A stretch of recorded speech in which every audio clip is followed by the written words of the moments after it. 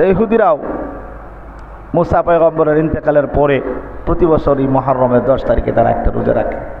তারা একটা কি করে? রোজা রাখে। রোজার দ্বারা শুকরিয়া আদায় করে। ওরা কারা? ওরা তো ইহুদি। তো মুহাম্মদ আরবি সাল্লাল্লাহু আলাইহি ওয়াসাল্লাম যখন মদিনায় গেলেন, গিয়া দেখেন ইহুদিরা একটা রোজা রাখে, তখন হুজুর আকরাম সাল্লাল্লাহু আলাইহি সাল্লাম মুসলমানদেরকে বললেন, দেখো শুকরিয়া তারা যদি তাদের নবীর জন্য একটা রাখে, আমরাও একটা রাখবো।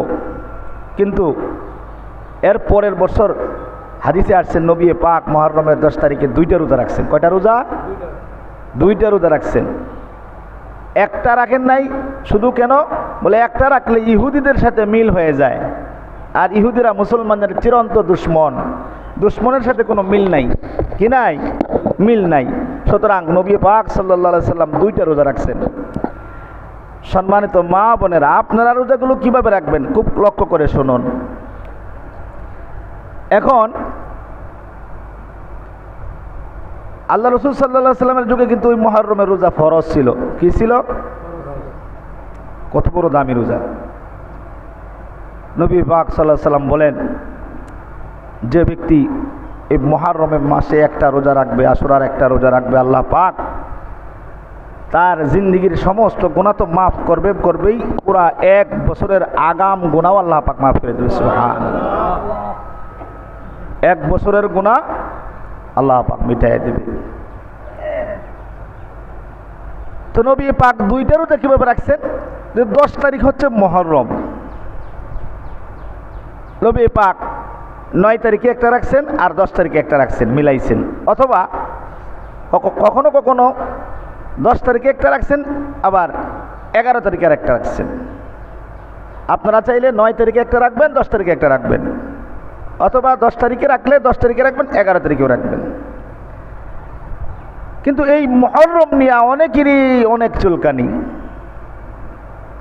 কেউ বা হাসেন হুসেন, ইয়া হাসেন ইয়া হুসেন বলে বলে চিৎকার করে, মিছিল করে, তাজকিয়া করে, নিজের গায়ের মধ্যে পিটাপিটি করে, অস্ত্রোপচার করে, এরকমভাবে তারা শোক পালন করে। আমার কথা হইল, তোমরা যদি হাসেন হুসেনের জন্য তোমরা এরকম র্যালি মিছিল করতে পারো যে ইয়াজিদ বাহিনী হুসাইনকে মারছে, শহীদ করছে, এই জন্য তোমরা করো, আমার নবী পাক সাল্লাল্লাহু আলাইহি সাল্লাম তো উহুদের ময়দানে দাঁত ভাঙছে, নবীর মহব্বতের দাঁতগুলো তোমার ভাঙিয়ে হলাও। যেদিন উহুদের যুদ্ধ হয়েছে তারিখ তো জানা আছে, ওই তারিখে তোমার দাঁতগুলো টাস টাস করে হাতুড় দিয়ে বেরিয়ে ভেঙে গেল। হ্যাঁ, তায়েফের ময়দানে আমার নবী যেই তারিখে যেই দিনে মাইর খাইছিল ওই তারিখটাও ছিল 10ই মুহররম। ওই তারিখ কি ছিল? 10ই মুহররম। তো ওই দিন তুমি তোমার গায়ের মধ্যে পাবলিককে বলো, পোলাপান তোরা কারা আসোস আমার গায়ের মধ্যে পাথর মার। তুমি যদি খাঁটি নবীর আশেক হয়ে থাকো, ওই দিন তুমি তাজকিয়া করো, মিছিল করো নবীর জন্য। এই নবী ওই দিনে তায়েফের ময়দানে কষ্ট পাইছে, উহুদের ময়দানে দাঁত ভাঙছে। হ্যাঁ, বলে না। এটা বলা হয় কি, এটা বাংলাতে মুরব্বীরা একটা কথা বলে যে মায়ের চাইতে মাসির দরদ বাইরে গেছে, মায়ের চাইতে মাসির দরদ বেশি হয়ে গেছে। নবীর মহাব্বত থাকার দরকার চিরন্তন। নবীর মহাব্বত তুমি প্রকাশ করতে পারো না চূড়ান্তভাবে, তুমি হুসাইনের মহাব্বতে তুমি তোমার গায়ের মধ্যে রক্ত জড়াও। আসেন এরকম অনেক ভক্ত, বিশেষ করে শিয়ারা এত দুষ্টের দুষ্ট, ওরা 10ই মুহররমকে এত উৎপাত করে পালন করে। তারা আবার তাদের আকীদাগত কিছু সমস্যা আছে, তারা আবার আবু বকরকে গালি দেয়। নাউজুবিল্লাহ বলেন না কে? তারা মনে করে মুহাম্মদ সাল্লাল্লাহু আলাইহি সাল্লামের পরে খলিফা হওয়ার কথা ছিল সাইয়েদনা আবু বকর, আলী রাদিয়াল্লাহু তাআলা আনহু, খলিফা হয়ে গেছে আবু বকর। নাউজুবিল্লাহ মিন যালিক, এরকমটা মনে করে। তো যাই হোক, আসলে কারবালার ইতিহাসকে কেন্দ্র করে কিন্তু আশুরা না। আশুরা আগে থেকেই আমাদের নবী পালন করছেন। সুবহানাল্লাহ, সুবহানাল্লাহ। আশুরার 10 তারিখ 10ই মুহররম আগে থেকেই নবী আমার পালন করছেন, ভিন্ন নবীরাও পালন করছেন। সুতরাং হুসাইনকে নিয়ে কেন্দ্র করে আশুরার দিন এটা মেইন ইতিহাস না, আসল ইতিহাস না। এটা কি না? আসল ইতিহাস না। অনেকেই মনে করে হুসাইন ওই দিন শহীদ হয়েছে কারবালার ময়দানে, ওই কারণে আশুরা, ওই কারণে 10ই মুহররম পালন করা হয়। আসলে কি ইসলাম বলে না, এটা না। আর মুহররম, 10ই মুহররমের রোজা পর্যন্ত নবী পাক সাল্লাল্লাহু আলাইহি সাল্লাম অনেক আগে থেকেই পালন করছেন। নবীর ইন্তেকালের পরে সেনে হুসাইন মরছে, ঠিক না? নবীর ইন্তেকালের অনেক পরে হুসাইন রাদিয়াল্লাহু তাআলা আনহুর ইন্তেকাল। সুতরাং এই ইতিহাস তো আমরা আগে থেকেই জানি। এই জন্য আমাদের পালন করার মতো ওই দিনে করণীয় হচ্ছে কি, যে আমরা নবীরটা মানব। কারটা মানব? এই ইতিহাস আমরা আলোচনা করব কারে দিয়া? আমার নবীরে নিয়া। ইতিহাস রচনা করব কারে নিয়া? নবীরে নিয়া। ইতিহাস আমরা পড়বো, শুনবো, জানবো, বুঝবো কারটা? ওই দিন নবী যেটা করছে সেটা। আমাদের নবী আশুরার 10 তারিখে যেই ইবাদত, যে আমল করছেন, এটা আমাদের করণীয়, ঠিক কিনা বলেন? ওটাই আমাদের করণীয়। এই জন্য নবী পাক সাল্লাল্লাহু আলাইহি সাল্লাম প্রথম বছর একটা রোজা রাখছেন। ওই আশুরার 10 তারিখ, মুহররমের 10 তারিখে একটা রোজা রাখছেন। একটা রোজা রাখলেও রাখতে পারেন, কিন্তু নবী পাক সাল্লাল্লাহু আলাইহি সাল্লাম হাদিসে আছে, নবী পাক সাল্লাল্লাহু আলাইহি সাল্লাম পরের বছর 2টা রোজা রাখছেন। কয়টা রোজা রাখছেন? 2টা রোজা। কেন রাখছেন? যাতে ইহুদিদের সাথে মিল না হয়। ইহুদিরা ওই দিনে একটা রাখে, নবী বলেন আমি ইহুদিদের সাথে মিল ভাঙতে গিয়া আমি আগে পরে আরেকটা রোজা রাখছি। 9 তারিখ রাখছে একটা, 10 তারিখে একটা, 10 তারিখে রাখছে একটা, 11 তারিখে রাখছে একটা। এইভাবে রাখলে ফজিলত কি? কেউ যদি মুহররমের একটা অথবা 2টা রোজা রাখে, আল্লাহ পাক রব্বুল আলামিন তার পুরা বছরের গুনাহ তো মাফ করে করে আগাম আরো 1 বছরের গুনাহ আল্লাহ পাক মাফ করে। সুবহানাল্লাহ। এই জন্য বলি, এই ইতিহাসকে ব্যঙ্গ করা যাবে না। ইসলামের প্রত্যেকটা ইতিহাস আপনাকে জানতে হবে। আজকে সাধারণ মানুষকে জিজ্ঞাসা করলে 10ই মুহররম বলতে কারবালার ইতিহাস বোঝায়, 10ই মুহররম বলতে হুসাইন রাদিয়াল্লাহু তাআলা আনহুর ইন্তেকালের বিষয় বোঝায়, ঠিক কিনা বলেন? এটা না, আসলে কিনা এটা না। 10ই মুহররম আগে থেকেই আমাদের নবী সহ সমস্ত সাহাবারা পালন করছেন। সুবহানাল্লাহ। আর সর্বোচ্চ মহব্বত থাকতে হবে আপনার নবীর জন্য। সর্বোচ্চ মহব্বত থাকতে হবে কার উপরে? নবীর উপরে। ইসলামের কোথাও একথা নাই যে হুসাইন, হাসান অথবা এমন কোনো একজন সাহাবী, তার প্রতি যদি কারো ঈমান না থাকে, কোনো বিশ্বাস না থাকে, মহব্বত না থাকে, ওই ব্যক্তি ঈমানদার না, একথা বলা যতটুকু দুষ্কর, এর চাইতে অত্যন্ত দুষ্কর ও কষ্টের বিষয় যে যার মুসলমান তথা ঈমানদার দাবি করে সে নবীর প্রতি মহব্বত নাই। নবীর কথাই আসল কথা, নবীর দিন আসল দিন, নবীর মহব্বত প্রকৃত মহব্বত, ঠিক কিনা বলেন? নবীর মহব্বতে নবী পাক যা করছেন তাই আপনাকে করতে হবে। আজকে তো আশিকি রাসূলের অভাব নাই, আজকে তো আশিকি রাসূলের অভাব নাই। এই যে দেখেন কত ধরনের কত তাজকিয়া হবে, মিছিল হবে, ঢাকা সহ গোটা বাংলাদেশের বিভিন্ন জায়গায় তারা তাজকিয়া মিছিল বাইর করবে, বিভিন্ন প্রক্রিয়ায় তারা হুসাইনের বক্তব্য প্রকাশ করবে, যে তারা আলীর প্রতি দরদ দেখাবে। অথচ হুসাইনকে ভালোবাসতে গিয়া মুহাম্মদুর রাসূলুল্লাহ সাল্লাল্লাহু আলাইহি সাল্লামকে হ্যায় প্রতিপন্ন করা হবে, সেটা তা বুঝবেও না, সেটা তারা বুঝবেও না। নবীর মহব্বত ঈমান। নবীর মহব্বত কি? এ কথা বলেন না, নবীর মহব্বত ঈমান। যার দিলের ভিতরে নবীর মহব্বত নাই, তার ভিতরে ঈমান নাই। যতই আপনি হুসাইনরে ভালোবাসেন, হাসানরে ভালোবাসেন, ফাতেমাকে ভালোবাসেন, আলী উসমানকে ভালোবাসেন, নবীর মহব্বত কি? ঈমান। শিয়া সম্প্রদায় তারা দোষ দেয়, বলে আল্লাহ পাক জিব্রাইলকে পাঠাইছিল ওই কথা নিয়ে যে নবী গো আপনার ইন্তেকালের পরে খলিফা হবে আলী। জিব্রাইল ভুল করে আয়েশা আবু বকরের কথা বলছে। নাউজুবিল্লাহ, চিল্লায় বলেন নাউজুবিল্লাহ। কত বড় ভ্রান্ত আকীদা! তারা এখনো আবু বকরকে গালি দেয়। আবু বকরকে কি দেয়? গালি দেয়। অথচ নবী পাক সাল্লাল্লাহু আলাইহি সাল্লামের ইন্তেকালের সময়ও আবু বকর সিদ্দিক রাদিয়াল্লাহু তাআলা আনহু নবীর কাছে গিয়া নবীর শেষ নিঃশ্বাস ত্যাগ করার সময় হয়ে গেছে। ওই সময়ও নবী কথা বলতে পারতেছে না, তখন আবু বকর পাশে গিয়া বলতেছে, নবীর কাছে গিয়া কাঁদতেছে। নবীকে গিয়া বলতেছে, ইয়া রাসূলুল্লাহ, ওগো পয়গম্বর, আপনি আমাকে খেলাফতি দিয়েন না। নবী গো, আপনি আমাকে খলিফা বানায়েন না। আপনার পরে আমি খলিফা হতে চাই না গো, আমি খেলাফতের দায়িত্ব নিবার চাই না। নবী গো, যদি কোনো অপরাধ হয়ে যায়, যদি কোনো বিচ্যুতি ত্রুটি করতে হয়ে যায়, আল্লাহর আদালতে আমি কি বলে হাজিরা দেব, কি বলে দাঁড়াবো? সুবহানাল্লাহ। আরে মুসলমান নবীর উম্মত, আরে সাহাবারা তো এমন ছিল, খলিফা, চার খলিফা যারা ছিল, খলিফা হওয়ার পরেও তারা রাতকে রাত ভর চিল্লায়া চিল্লায়া কান্ত। উমর তো একদিন কাঁদতেছে, উমরকে সাহাবারা জিজ্ঞাসা করতেছে, রে উমর, কাঁদেন কেন? আপনি তো অর্ধ পৃথিবীর খলিফা, অর্ধ পৃথিবীর বাদশা, ও উমর কাঁদেন কেন? উমর ইবনুল খাত্তাব রাদিয়াল্লাহু তাআলা আনহু তখন খলিফা। উমর বলতেছে, ও সাহাবায়ে কেরাম শোনো, আমি তো খলিফা হইতে চাই নাই। আরে কেন চাই নাই?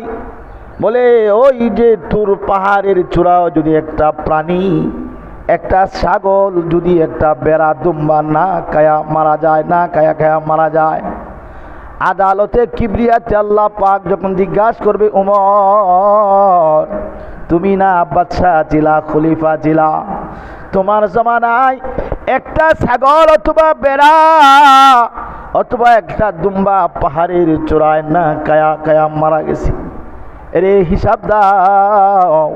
ওমর বলে, আমি আল্লাহর আদালতে কি বলে দাঁড়াবো? এই জন্য তারা খলিফা হতে চায় না। এরা মুসলমান নবীর উম্মত, আবু বকর যখন খলিফা হয়েছিল, আবু বকর তো এমন ছিল, এমন রাতে রাদারে পুরা মদিনা শহরের কিনারে চুপি চুপি পায়ে হেঁটে হেঁটে গিয়া বিধবা মহিলাদের খবর পর্যন্ত নিতেন। আরে গরিব মানুষের খবর পর্যন্ত আবু বকর নিতেন। একদিন তো এমন ঘটনা ঘটল, এক বৃদ্ধা মহিলার ঘরে প্রতিদিন আবু বকর যায়, রাতের আধারে চুপি চুপি গিয়া সে বৃদ্ধা মহিলার কাপড় চোপড় পরিষ্কার করে দেয়। মধ্যরাত্রিবেলায় আবু বকর যখন ওই বৃদ্ধা মহিলার বাড়ির দিকে রওনা, প্রতিমধ্যে আবু বকর উমরের সাথে সাক্ষাৎ হয়ে যায়। উমর জিজ্ঞাসা করে, আবু বকর, আপনি এত রাত্রে কেন ওই বৃদ্ধা মহিলার ঘরের পিছনে দাঁড়ায় আছেন?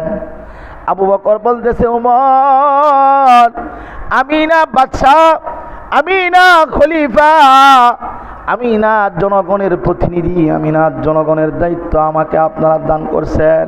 ও উমর, ওই মহিলার কাপড় চোপড় ধোয়ার জন্য আমি বাদশা হইয়া প্রতিদিন আইসা তার কাপড় চোপড় ধোয়া পরিষ্কার করিয়া দেই, তার জন্য রুটি বানাইয়া তাকে রুটি খাওয়াইয়া তারপরে আমি যাই।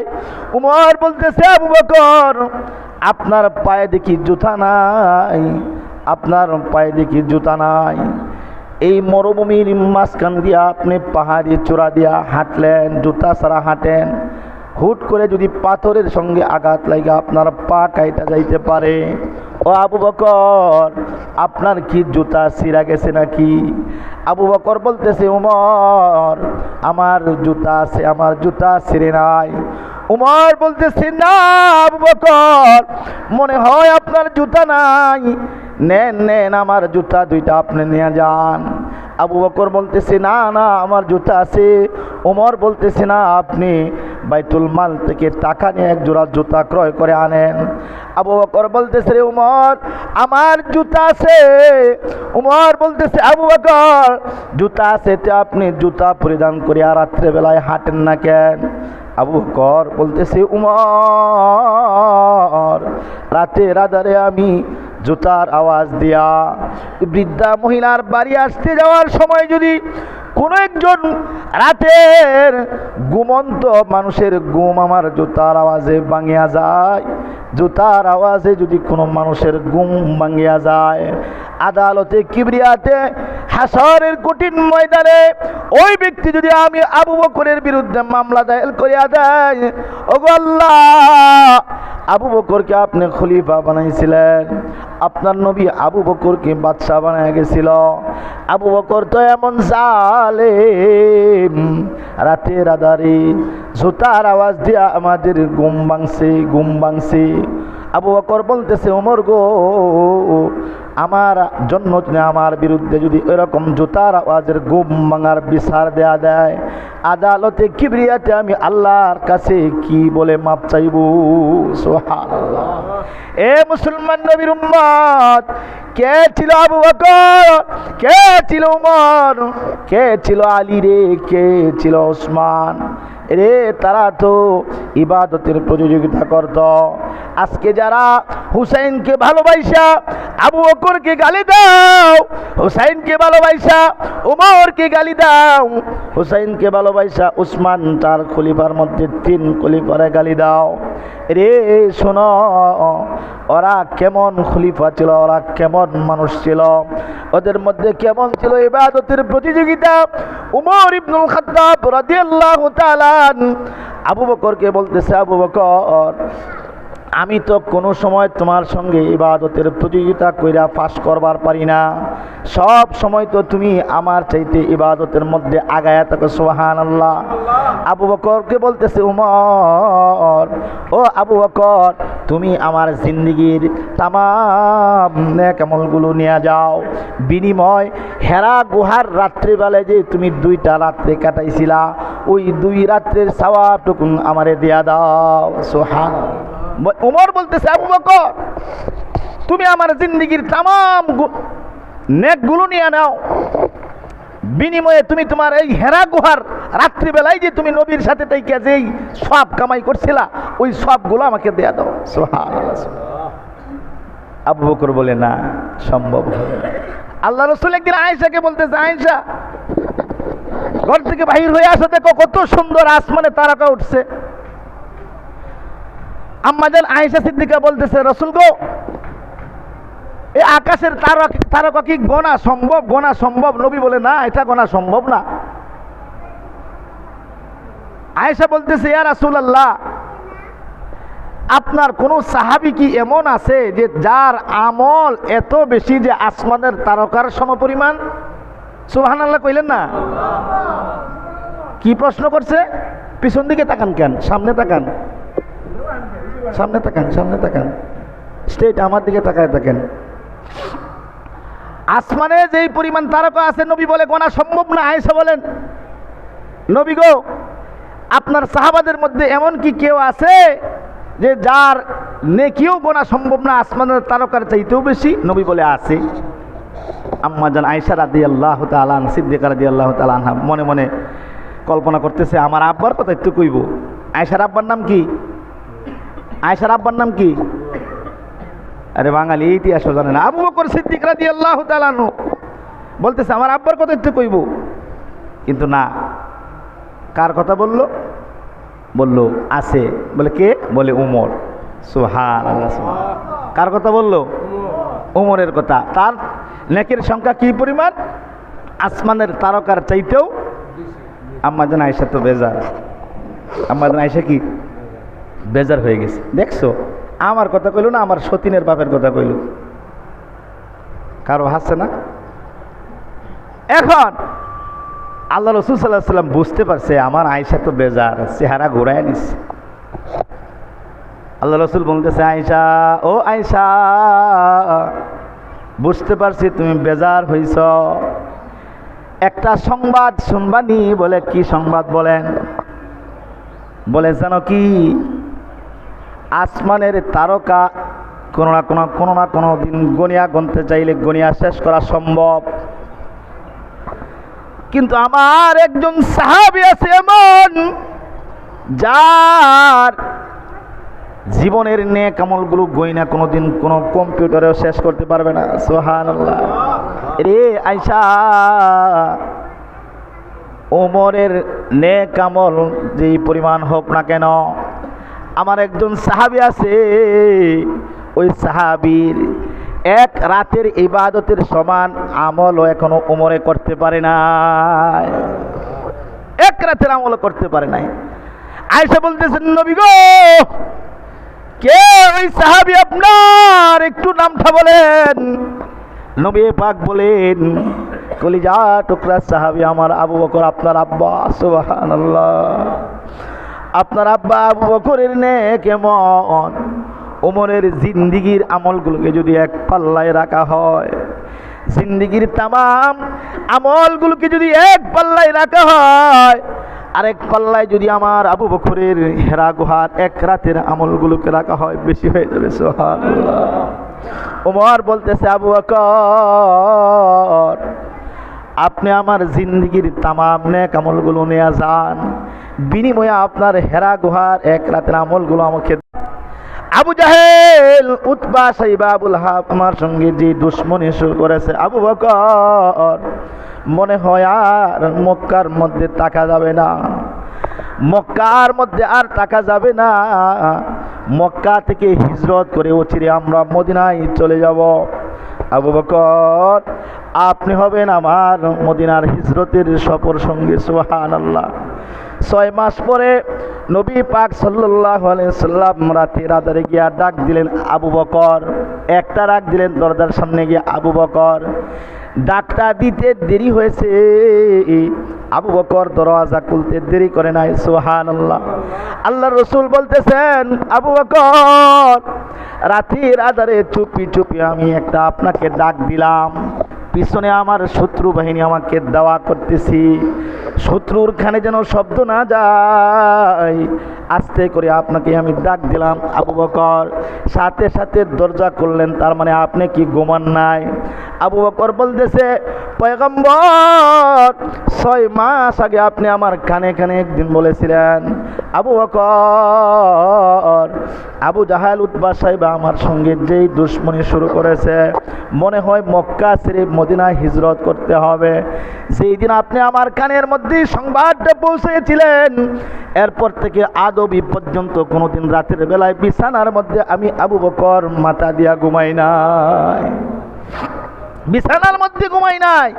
ও বাঙালি মুসলমান, আজকে হুসাইনের ভক্ত হয়ে আবু বকরকে গালি দাও, আলীর ভক্ত হয়ে আমার সাহাবী, নবীর কলিজার টুকরা সাহাবী আবু বকরকে গালি দাও, আবু বকরকে গালি দাও। তোমরা কি জানো আবু বকরের ইতিহাস সম্পর্কে তোমাদের জানা আছে নাকি? জানা নাই? আল্লাহর রাসূল বলেন, আবু বকর তাই নাকি? বলে, হ্যাঁ, 6 মাস ধরে ঘুমাই নাই। আবু বকর বলতেছে, নবী গো, শুধু তাই না, তাকায় দেখেন আমার কলিজার টুকরা ছোট্ট মাইয়া হাফসা, যখন 6-7 বছরের বয়স, আমার ওই সন্তানটাও রাত্রিবেলায় ঘুমাই না, প্রতিদিন সামান্য কিছু নাস্তা রেডি করে, পানির মস্কের মধ্যে পানি রেডি করে আমার জন্য জাগ্রত থাকে, আর আপনার অপেক্ষা করে, নবী গো আপনি কখন আসবেন? রাস্তায় খাওয়ার জন্য সামান্য নাস্তা আমার কলিজার টুকরা মেয়ে হাফসা রেডি করে রাখে। সুবহানাল্লাহ। নবী গো তাকায় দেখেন, ওই যে একটা উটনি গাছের মধ্যে বাঁধা আছে, উটনিটার দ্বারায় আছে গো নবী, দিনের বেলায় ঘুমায়, কোনো দিন ওই 6 মাসের ভিতরে উটনিটা মাটির মধ্যে বসিয়া একটুকু ঘুমায় না, আপনার অপেক্ষা করে। সুবহানাল্লাহ। মুসলমান নবীর উম্মত, নবী পাক সাল্লাল্লাহু আলাইহি ওয়াসাল্লাম আবু বকরকে নিয়ে হিজরতের উদ্দেশ্যে রওনা করলেন। শত্রু বাহিনী যখন পাকড়াও করলো, আল্লাহ পাকের ওয়াদার মুহাম্মদ আরবি সাল্লাল্লাহু আলাইহি ওয়াসাল্লাম আবু বকরকে নিয়ে একটা গুহার মধ্যে প্রবেশ করলেন। এই গুহার ভিতরে ঢোকার পর আবু বকর সিদ্দিক রাদিয়াল্লাহু তাআলা আনহু তাকায়া দেখলেন, গুহার ভিতরে চতুর্দিক দিয়া গর্ত, সাপের গর্ত, ইতিহাস অনেক লম্বারে মুসলমান। আবু বকর সিদ্দিক রাদিয়াল্লাহু তাআলা আনহু বসলেন, নবী ক্লান্ত হয়ে গেলেন। নবী বললেন, আবু বকর, আমি একটু আপনার উরুতের মধ্যে, রানের মধ্যে মাথা দিয়ে একটু বিশ্রাম করতে চাই। আবু বকর বৈশা গেলেন, আল্লাহ রাসূল আবু বকরের উরুতের মধ্যে মাথা দিয়া ঘুমায়া গেলেন। সুবহানাল্লাহ। আবু বকর সিদ্দিক তাকায়া দেখলেন, গর্তের চতুর্পাশে সাপের গর্ত, গর্তের চতুর্পার্শ্বে সাপের গর্ত দেখা যায়। আবু বকর সিদ্দিক তার গায়ের জামাটা টুকরা টুকরা করিয়া করিয়া প্রত্যেকটা গর্তের মুখের মধ্যে বন্ধ করলেন, কেননা নবী বিশ্রাম করতেছে, হয়তোবা কোনো সাপ গর্ত থেকে বাহির হইয়া নবীকে চবল মারতে পারে। প্রত্যেকটা গর্ত বন্ধ করা শেষ, কিন্তু তাকায় দেখে আবু বকর একটা গর্ত বন্ধ হয় নাই, কিন্তু কাপড় না, কি দিয়া সে সেই গর্ত বন্ধ করবে? আবু বকর সিদ্দিক তার ডান পা দিয়া চাপ দিয়া গর্তের মুখের মধ্যে আটকায় রাখছেন। গর্তের ভিতরে ছিল একজন সাপ, এক সাপ ওই গর্তের ভিতরে ঢুকছে। কোনো না কোনোভাবে সে শুনতে পারছে কোনোদিন মক্কার নবী রহমাতুল লিল আলামিন আকায়ে নামদার তাজদার মদিনা আফতাবে নবুওয়াত আশরাফুল মাখলুকাত সাইয়্যিদুল মাওজুদাত শেষ পয়গম্বর আখিরি পয়গম্বর রহমাতুল লিল আলামিন দু জাহানের বাদশা হিজরত করিয়া মক্কা থেকে ওই পথ ধরে মদিনায় যাবে। ওই পথ ধরে মদিনায় যাবে, রাস্তার মধ্যে ওই গর্তের মধ্যে নবীকে দেখবার জন্য ওই গর্তের মধ্যে সাপ আগে থেকেই বৈশা আছে। আশেক সাপ নবীকে একটা নজর দেখবার জন্য ওই গর্তের মধ্যে বাসা বানাইছে। সুবহানাল্লাহ। নবীকে চতুর্মুখ দিয়া গর্ত দিয়া যখন নবীকে দেখবার চেষ্টা করতেছে, দেখি গর্তের মুখগুলো বন্ধ। কি করবে পেরেশান হইয়া আবু বকর যেই পা দিয়া যেই গর্তের মধ্যে সাপ আসতে পারে বলে গর্তের মুখ ডাইকা রাখছিল, ওই গর্তের মুখের মধ্যে পা দিয়া রাখছি। সাপ কোনো না কোনো উপায় না পাইয়া আবু বকরের পায়ের মধ্যে কামড় বসায় দিছে। আসলে উদ্দেশ্য ছিল আবু বকর যেন পাটা সরায় নেয়, এই আশেক সাপ যেন আমার নবীর চেহারাটা একটু দেখতে পারে। সুবহানাল্লাহ। আবু বকর সিদ্দিকের পায়ের মধ্যে কামড় দেওয়ার পর আবু বকর সাপের যন্ত্রণায় ছটফট করতেছে, কপাল বয়ে গাম বাহির হইতেছে। গামের ফোঁটা যখন নবী পাকের চেহারার মধ্যে পইরা গেছি, আমার নবীর ঘুম ভাঙা গেছি। আবু বকর আপনার চেহারাটা এত মলিন হইতেছে কেন? টেনশন করতেছেন শত্রু বাহিনী আমাদেরকে মারবে? বলে না না, নবী গো পায়ের মধ্যে কি যেন কামড় দেয়া দিল। আল্লাহর রাসূল তাকে দেখে ওই সাপটা গর্তের ভিতর থেকে করিয়া আমার নবীর দিকে তাকায় আছে। সুবহানাল্লাহ। নবী বলতেছে, রে সাপ কেন আমার সাহাবী কলিজার টুকরা সাহাবী আবু বকরের পায়ের মধ্যে কামড় দিলে? সাপের জবান আল্লাহ পাক খুইলা দিছে। সাপের জবান খুইলা বলতেছে, নবী গো আপনাকে দেখবার জন্য ওই গর্তের মধ্যে আইসা বাসা বাঁধছি। খায়া না খায়া দীর্ঘদিন ধরে আমি গর্তের মধ্যে আপনার চেহারাটা একটু দেখবার জন্য বসে আছি। আমি আপনার আশিক। সুবহানাল্লাহ। মুসলমান নবীর উম্মত, সাপ আমার নবীকে চিনা ফেলাইল। ওরে পাছন গুলা বিদ্যুলের মুসলমান আশিক হইয়া শেষ উম্মত হইয়া দরুদ নবীকে চিনবার পারলা না রে বাজান। সাপ তো আমার নবীরে চিনা ফেলাইছে, গাছ আমার নবীরে চিনা ফেলাইছি, আরে সাগরের মাছ আমার নবীরে চিনা ফেলাইছি। উম্মত হইয়া তুমি নবীরে চিনতাম পারলাম না। এই গর্তের মধ্যে সাপের বেদনা কামড়ের বেদনায় আবু বকর যখন বেহুশের মতো হয়ে গেছে, নবী পাক সাল্লাল্লাহু আলাইহি সাল্লাম তার জিহ্বা মুবারক থেকে সামান্য থুথু আবু বকরের পায়ের মধ্যে ঘষা দেয়া দিছে। সুবহানাল্লাহ। সাপের ব্যথা শেষ হয়ে গেছে। এ মুসলমান, আল্লাহ পাক এই ইবাদতটাকে ওই রাত্রটাকে এমনভাবে কবুল কইরা নিছে। আল্লাহ পাক বলেন, ও পয়গম্বর আপনার কলিজার টুকরা সাহাবী আবু বকরকে জানাই দেন, সমস্ত সাহাবাদের নেক আমলগুলোকে এক পাল্লায় রাখা হয়। যদি এক পাল্লায় রাখা হয়, আবু বকরের এক রাত্রের ইবাদতের সমান হবে না। আর আজকে আমরা হুসাইনের ভক্ত হইয়া কারবালার ইতিহাস তৈরি করে ফেলেছি।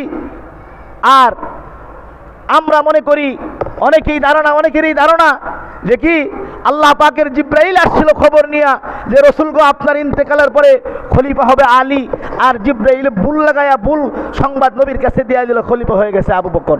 নাউজুবিল্লাহ মিন জালিক।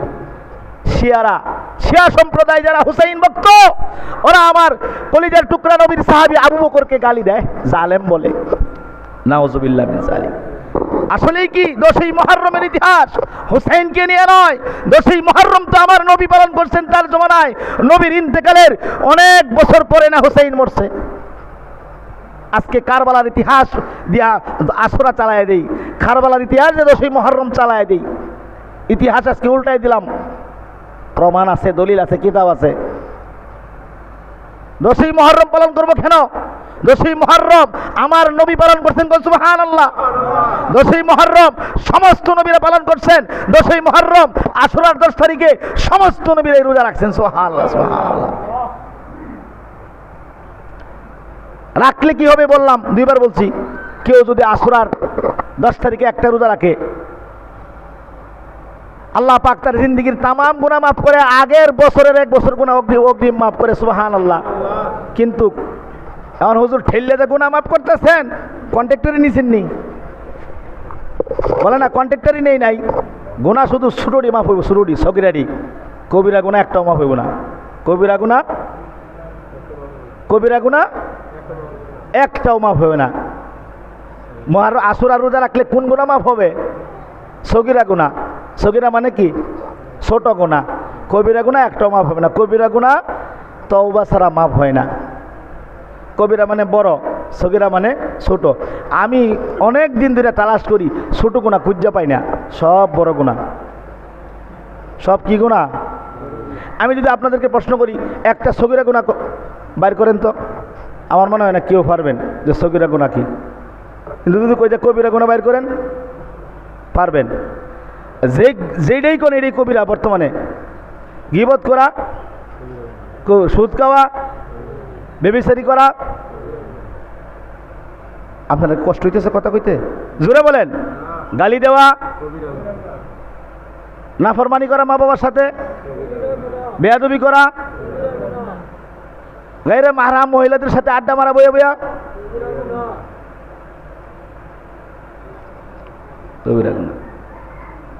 আপনার বউ তো আরেক বেটার বউ লোকের দুই বইয়া খুব জমা এলান, কি গুনাহ হইব?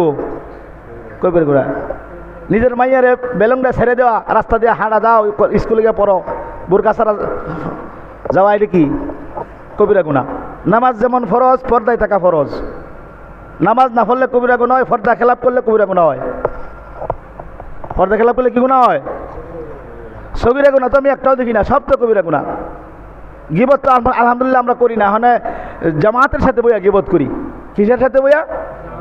একেবারে কয়েকজন মিললে বইয়া গীবত করি। করি কিনা করি না? পরের পেশাল পারি কিনা পারি না? পরের পেশাল পারতে গিয়ে যদি একটু কম বেশ হয়, এটার নাম তুহমত। এটার নাম কি? তুহমত। কবিরার চেয়ে বড়। আল্লাহ রাসূল বলেন, ক্বালা রাসূলুল্লাহ সাল্লাল্লাহু আলাইহি ওয়াসাল্লাম, আল গীবাতু আশাদ্দু মিনাজ জিনা। গীবত করা কি? জিনার সমপরিমাণ গুনাহ। সুদ খাওয়া কবিরা গুনাহ। সুদ তো আপনারা খান না। সুদ খাওয়া কি? কবিরা গুনাহ। বেশি কিছু কম না। সুদের সর্বনিম্ন গুনাহ শুনেন কি? সুদ খাওয়ার সর্বনিম্ন গুনাহ, নিজের মার সাথে কাবা শরীফে গিয়া জিনা করলে যেই পাপ হয় সেই পাপ। আরে জোরে বলেন নাউজুবিল্লাহ মিয়া। হুজুর করজ তো কেউ দেয় না, কর্জ তো কেউ দেয় না, হাওলাত তো কেউ দেয় না। কর্জ হাওলাত দিলে লাভ কি শুনেন? আপনি একজনকে 5,000 টাকা হাওলাত দিলেন 1 সপ্তাহ লাগি। কতদিনের লাগি? 1 সপ্তাহ লাগি। নবী পাক বলেন, ওই 1 সপ্তাহের কথা চুক্তি করে 5,000 টাকা হাওলাত নিল। 1 সপ্তাহের ভিতরে সকাল থেকে সন্ধ্যা পর্যন্ত এই 5,000 টাকা সদকা কবুল, সদকার সওয়াব হইতেই থাকবে, হইতেই থাকবে, হইতেই থাকবে। এখন কথাটা বুঝছেন?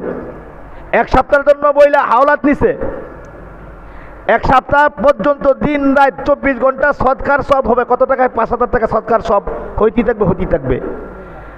1 সপ্তাহ পার হয়ে একদিন চলে গেছে। নবী বলেন, ধৈর্য হারা হয়েও না, সে কোনো না কোনো কারণে দিতে পারতেছে না হাওলাতটা টাকা। এরপরে আর সদকা না, বলে প্রতিনিয়ত কবুল হজের সওয়াব হইতেই থাকবে, হইতেই থাকবে, যতক্ষণ পর্যন্ত টাকাটা আপনার হাতে না দিছে। সাহাবারা জিজ্ঞাসা করছে, নবী টাকা দিয়া কত মানুষ হজ করতে হবে, এটা কি এই হজ নাকি? নবী এটা বুঝা গেছে যে টাকা দিয়া কেউ হজ করতে যায়, কেউ বা দোকানের নামে টেরাসের সাথে হাজি টেরাস লাগাইবার জন্য বিনানির সাথে হাজি লাগাইবার জন্য আসে, কেউ বা মক্কা মদিনায় আসে বেড়াইবার জন্য, কেউ বা আসে স্বর্ণ নিয়ে যাওয়ার জন্য, কেউ বা আসে মক্কা মদিনা বেড়াইবার জন্য, কেউ বা আসে টাকার গরমে হজ করার জন্য আসে, কেউ বা আসে মানুষ আমাকে হাজি সাহেব বলবে। নবী বলেন, ও সাহাবারা, এই হজ কবুল হইতেও পারে, না হইতে পারে, এই হজ আল্লাহর কাছে পৌঁছতে পারে, না হতে পারে, কিন্তু ওই হজ, যেই হজ মুসলমান ভাই আরেক ভাইকে খরচ টাকা অপেক্ষা দিতেছে না, অপেক্ষা করতেছে একদিন, এর মধ্যে যেই হজটা হজের সওয়াব হবে, এটা কবুল হবে, এটা কবুল হয়ে যাবে। হাওলাত দেওয়ার নেওয়ার প্রচলন চালু করে দেন, সেই সুদ বন্ধ হয়ে যাবে। বেশি কিছু বলবো না। আমার এক ভাই বলছে, হুজুর হালকা পাতলা করেন, বেশি দাবাইন না। দাবাইও না, দাবানির দরকার নাই, কিন্তু সুদ বন্ধ করতে হবে। সুদ বরকত না, সুদের মধ্যে বরকত নাই। সুদের মধ্যে কি নাই? বরকত নাই। বরকত, এই যুগের মানুষ বরকত তালাশ করে না, আমরা বরকত তালাশ করি না। ব্যাগ বরকত এখন হুজুর ঘুরে দেয়া দিছেন, যে হুজুর গুর মধ্যে বরকত, হুজুর টাকার মধ্যে বরকত বেশি। হ্যাঁ, আছে না? একদিন একবার এমনভাবে দর্শি ধরে লইয়া পেঁচায় পড়ছি, এই কথা কইছে করি। এক অফিসার চাকরি করে, পোস্ট অফিসে চাকরি করে, টঙ্গিবাড়ি। দেখা হয়েছে, হুজুর আপনার টাকার মধ্যে অনেক বরকত, 35-40 হাজার টাকা বেতন পাই, চলতে পারি না। কামগুর মধ্যে বরকত কেমনে? আপনারা তো কি সুন্দর ইস্তারি করে কাপড় পরেন, 300, 400, 500 টাকা গজের কাপড় পরেন, 150-200 টাকা দাম টুপি মাথার দেন, ইস্তারি করে কাপড় পরেন, কিন্তু বরকত না। আপনি সকালে কি দিয়ে খাইছেন? ইলিশ মাছ দেখাইছি, আর এই কই মাছ দেখাইছি, বেগুন দিয়ে রানছিল। আমি কি দেখাইছি জানেন? আলু ভর্তার ডাইল। আমি আলু ভর্তার ডাইল খাইছি, আপনি খাইছেন ইলিশ মাছ দিতে, আপনি বরকত পাবেন কেন? আর যদি আপনার একান্তই যদি আমার এত বরকত দরকার হয়, তা আপনি আমার বেতনটা নিয়ে যান, আপনার 35,000 আমার দিয়ে দিন, আমারটা তো বরকত, এটা দিয়ে আপনি চললেন। আর রাও নাই। হ্যাঁ, বরকত কি আসলে? তারপরেও বরকত আছে। বরকত এক জিনিস কি আছে? বরকত কোন জিনিসের নাম? যে সাহাবায়ে কেরাম ক্ষুধার যন্ত্রণায় অস্থির, খাদ্য নাই, নবীর কাছে এই এক পেয়ালা দুধ আসছে। কি আসছে? দুধ। সাহাবি প্রায় 20-25 জন। নবী বলতেছে, আবু বকর, ওই যে পেয়ালার দুধটা, সবাই তো ক্ষুধার্ত, প্রত্যেকের মধ্যে বন্টন করো। নবী পাক সাল্লাল্লাহু আলাইহি ওয়াসাল্লাম এক চুমুক দুধ পান করছেন, সুবহানাল্লাহ বলেন। এক চুমুক দুধ পান করে বলছেন, নাও এই দুধটা বন্টন করে দাও। সকল সাহাবিদেরকে এক ডুক করে খাওয়াইছেন। কয় ডুক করিয়া? এক ডুক করে খাওয়াইছেন। এখানে আবু বকর দুধ নিয়ে যখন আবার নবীর কাছে আসছে, নবী পাক দেখে গ্লাসের মধ্যে গ্লাস ভরা দুধ, সুবহানাল্লাহ। শেষ হয় না। কি হয় না? শেষ হয় না। নবী বলছেন যে আবার খাওয়াও। প্রত্যেককে আবার এক ডুক করে খাওয়াইছে। খাওয়াইতে খাওয়াইতে লাস্টে হাদিসটা এমন ঘটনা ঘটছে যে মানে প্রত্যেকের গলা পর্যন্ত খাইছে। সুবহানাল্লাহ, সুবহানাল্লাহ। প্রত্যেক সাহাবী গলা পর্যন্ত খাওয়ার পরে সাহাবারা বলে, নবী গো, আর খাইতে পারুম না। গ্লাসের দুধের জায়গা দুধ রয়ে গেছে। শেষে আবু বকরকে বলছে, আল্লাহ রাসূল বলছে, আবু বকর পুরাটা তুমি খায় নাও। সুবহানাল্লাহ। এটা হচ্ছে বরকত। এটা হচ্ছে কি? বরকত। হ্যাঁ, আমরা তো খাই একেবারে নাক মুখ খাড়া করিয়া খাই, যা পাই তা খাই, আবার বরকতের দোহাই দিই। হ্যাঁ, যা পাই তা খাই, বরকত থাকবে কইতে? খাওয়ানোর সিস্টেম আছে না? আপনি 3 দিন না খাইও যদি একদিনে সব খাই লেতে চান, বরকতের কি বুঝবেন?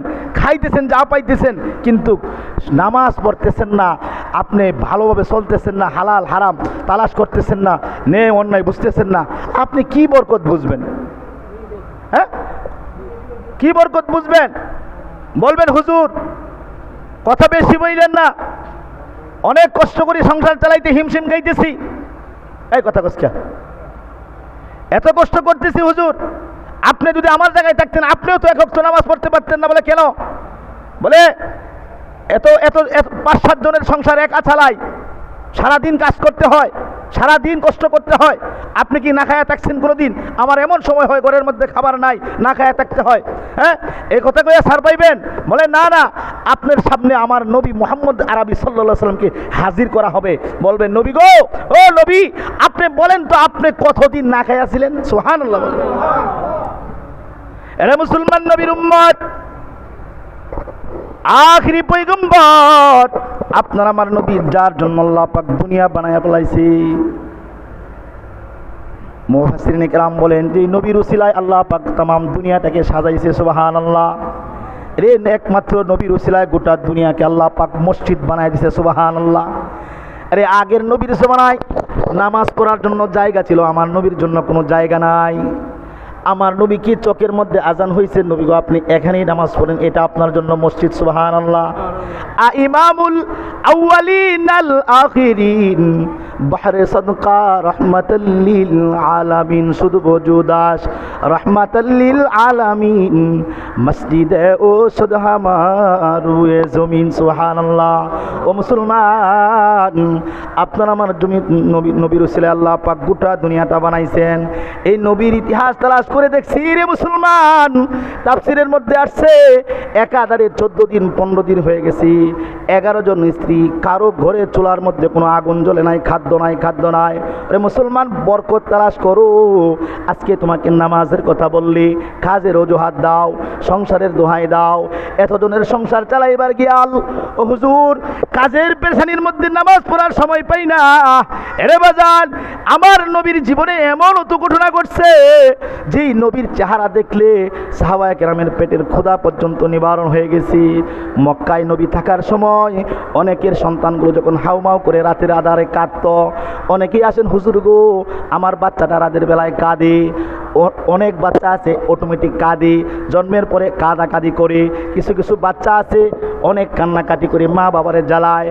মক্কার ইহুদি কাফের মহিলারাও পর্যন্ত ওই কন্দর কর্ণীওয়ালা বাচ্চাকে নবীর সামনে আইনা হাজির করত। নবী গো আপনার কাছে আসলে আমার বাচ্চাটার কান্না বন্ধ হয়ে যায়। সুবহানাল্লাহ। নবী গো আপনার চেহারা দেখলে আমার বাচ্চা আর কাঁদে না। একদিন তো এমন ঘটনা ঘটলো, আপনার আমার নবী 7 দিনের উপবাস। কয়দিনের জোরে বলেন কয়দিন? 7 দিন ধরে খানা নাই। নবী আমার পেটের মধ্যে 3টা গামছা বাঁধছে। গামছা বাইদা নবী আমার মসজিদে নবীর মধ্যে গিয়া প্রবেশ করছে আল্লাহর কাছে সেজদা দেওয়ার জন্য, শুকর আদায় করার জন্য। আমার নবী যখন মসজিদের মধ্যে গেছে, গিয়া দেখে আবু বকর আয়েশা বসা আছে, ওমর ওসমান আলী সবাই বসা। প্রায় 19 থেকে 20 জন সাহাবী মদিনার মসজিদের মধ্যে বসা আছে। নবী বললেন, সাহাবারা অসময়ে কেন তোমরা মসজিদে আসছো? সাহাবায়ে কেরাম বলতেছেন, নবী গো ক্ষুধার যন্ত্রণা আর ভাল লাগে না। নবী গো আমরা জানি আপনি মসজিদের মধ্যে থাকেন, আপনার ওই বরকতির চেহারাটা দেখবার জন্য একটু আপনার কাছে আসছি। আপনাকে দেখলে ক্ষুধার যন্ত্রণা বুইলা যায়, আপনার চেহারার দিকে তাকাইলে আর ক্ষুধা থাকে না। আল্লাহ রাসূল সাল্লাল্লাহু আলাইহি সাল্লাম সাহাবাদেরকে নিয়ে এক সাহাবীর মেহমান হইলেন। গিয়া দেখেন ওই সাহাবী তার বাড়ির বাগানের নতুন খেজুর গাছ থেকে পাকা খেজুর পাড়তেছে। সুবহানাল্লাহ বলেন। আল্লাহ রাসূল যখন বসলেন গিয়া বাগানের মধ্যে, ওই সাহাবী নবীকে মেহমানদারি করবার জন্য সামনে কিছু খেজুর আইনে হাজির করছেন। কয়দিনের উপবাস নবী আমার? কয়দিনের উপবাস? 7 দিনের উপবাস নবী আমার। সামনে সামান্য খেজুর আসছে, খেজুরগুলো সাহাবাদের মধ্যে নবী বন্টন করছেন। সাহাবাদের হাতে হাতে খেজুরগুলো উঠায় দিছেন। বিসমিল্লাহ আল্লাহু আকবার বলে খেজুর যখন মুখের মধ্যে উঠাবে, নবী আমার বলে, সাহাবারা শোনো, হয়তোবা তোমরা 7 দিন 8 দিন ধরে কেউ খানা খাও নাই। 7 দিন পরে যে একটা দানা খেজুর তোমরা খাইবার লাগছো, শোনো আল্লাহর জাত ও সিফাতের কসম, 7 দিন পরেও একটা খেজুর খাইয়া কি পরিমাণ আল্লাহর গোলামি করবা, এটা কিন্তু আল্লাহ পাক হিসাব নিবে। সুবহানাল্লাহ। আরে বাঙালি মুসলমান, পাসন কোলার মুসলমান, বিদ্যুলের মুসলমান, আজকে তোমরা যা পাও তা খাও। আরে 2 হাতে কামাই করো সব খাও, 2 হাতে কামাই করো সব খাও। পুলাই সিঙ্গাপুর থেকে 50,000 পাঠায়, 50,000 খাওয়ার পরেও আরো বসিমালের দোকানে 10,000 টাকা বাকি ফেলাও। আবার মনে করো তোমার ঘরে বরকত তালাশ করো, বলে হুজুর গো আপনাদের অল্প টাকার মধ্যে বরকত কি ব্যাপার বুঝলাম না। বলো না বরকত করতে আইব। এই হুজুর তো 5 জনের ঘরে খায়, বালাকাক মন্দ কাক খায়, কিন্তু 5 ওয়াক্ত গোলামি করে, 5 ওয়াক্ত আল্লাহর কুদরতি কদমে সাজদা দেয়। যেই বান্দাটা 5 ওয়াক্ত আল্লাহর কুদরতি কদমে সাজদা দেয়, নামাজ পড়ে, কমাস কম যেই বান্দা 5 ওয়াক্ত নামাজ আদায় করে, আল্লাহ পাক তারে ইহকালেও শান্তি দেয়, পরকালেও শান্তি দেয়। সুবহানাল্লাহ। আরে শত কষ্ট নামাজের চেহারায় বাসে না, শত কষ্ট নামাজের চেহারায় বাসে না। তোমার বউ তোমার একটা কটু কথা বললে সারাদিন বেটখায় ঘুরাও, বন্ধুর সাথে এত মিল, বন্ধুর সাথেও কথা কইতে ভাল লাগে না, বউয়ে বেটকানি দিছে। আমরা শত বেটকানি অন্তরে ধারণ করতে পারি, কারণ আমরা যখন 5 ওয়াক্ত নামাজের ওযু করি, 5 ওয়াক্ত নামাজের জন্য আল্লাহর কুদরতি কদমে সাজদা দেই, আল্লাহ পাক অটোমেটিক অন্তরের মধ্যে একটা শান্তি তৈরি করে দেয়। সুবহানাল্লাহ। এটার নামই হচ্ছে বরকত। ও মুসলমান ইমানদার, আশুরার অনেক কথাই আজকে তোমাদের সামনে বলেছি, আশুরার অনেক কথাই বলেছি, পর্দার অন্তরালের মা বোনদেরকেও বলতেছি যে আশুরার জন্য আপনারা একটা রোজা রাখবেন। 10ই মুহররম হয়তো বা 17 তারিখ দিবাগত রাত্রে একটা রোজা রাখবেন। যদি আপনার স্বাস্থ্য সুস্থতা ভালো থাকে, আপনার সব কিছু ভালো থাকে, তা আপনি 2টাও রাখতে পারেন। যারা 2টা রাখবেন, 9 তারিখে একটা, মানে 16 তারিখে একটা, 17 তারিখে একটা। আর যারা একটা রাখবেন তারা শুধুমাত্র 17 তারিখে রাত্রে একটা রাখবেন। কত? বৃহস্পতিবার সম্ভবত। হ্যাঁ, আল্লাহ পাক যা কিছু আলোচনা করেছি প্রত্যেকটা কথাকে